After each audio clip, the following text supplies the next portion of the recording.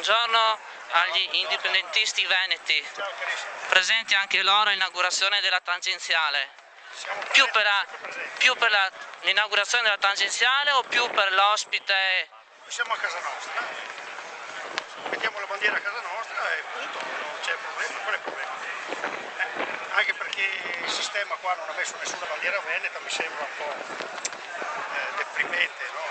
Si vede quello dell'ANAS, quello dell'Italia, quello dell'Europa, quella che serve, insomma. però l'avete portata voi alla fine. Abbiamo la nostra, noi rappresentiamo il Veneto, ci crediamo nel nostro paese, io sono a casa mia, sono veneto, porto la mia bandiera, scusami, cosa devo portare?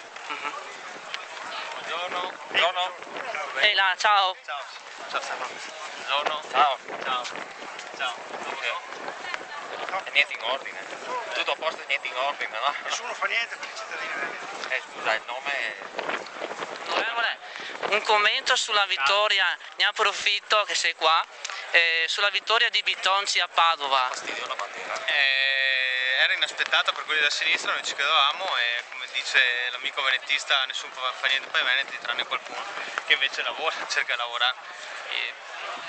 Bene, la migliore risposta a quelli che credevano che la Lega fosse morta e che l'istanza della Lega fosse morta, più vive che mai. Ma ha inciso secondo te, ti do del tu perché ci conosciamo da una vita ormai, ha inciso anche la questione del Mose secondo te? Sì. E quindi anche non è stata determinante, qualcosa ha inciso sicuramente, ha portato a votare alcuni elettori del centrodestra che altrimenti non sarebbero andati a votare, sono stati convinti ad andare a votare. Quindi anche non è stata determinante il fatto che il candidato del centrosinistra sia stato legato in qualche modo anche a Orsoni, dicevano. Ma tutto il sistema della sinistra era legato a Orsoni.